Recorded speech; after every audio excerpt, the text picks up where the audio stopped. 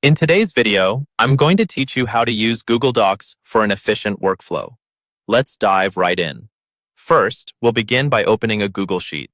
This online tool is perfect for organizing data, managing tasks, or even creating a shared list with your team. Opening a Google Sheet is simple enough. Just go to your Google Drive, click on New, and select Google Sheets. Once you're inside the spreadsheet interface, you'll want to select all the cells you plan to work with.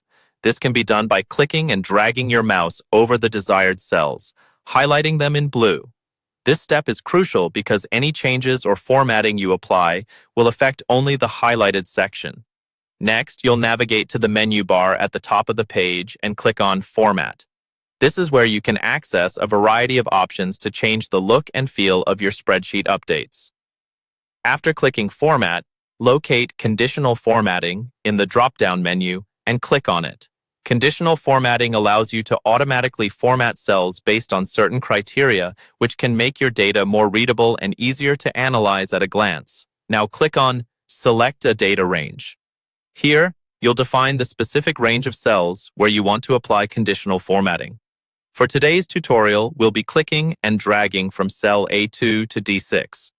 Once you've selected your range, hit the OK button to confirm this selection. In the Format Rules section, you'll notice a drop-down list. Click there and choose Custom Formula Is. This option provides the flexibility to create more complex rules tailored to your needs. When you select Custom Formula Is, type in Ichi D2 in the field provided. This formula will allow conditional formatting to reference the values in column D when determining how to format the corresponding row. After setting your custom formula, the next step is to refine the formatting style. One way we can make entries stand out is by using the strike-through format. This can be particularly useful for marking items as complete or irrelevant. Additionally, you can enhance your formatting by clicking on Fill Color and selecting gray to add a visual distinction. Once you're satisfied with the customizations, click on Done to save your changes. As a final touch, interact with the checkboxes by clicking those that indicate tasks are past their due date.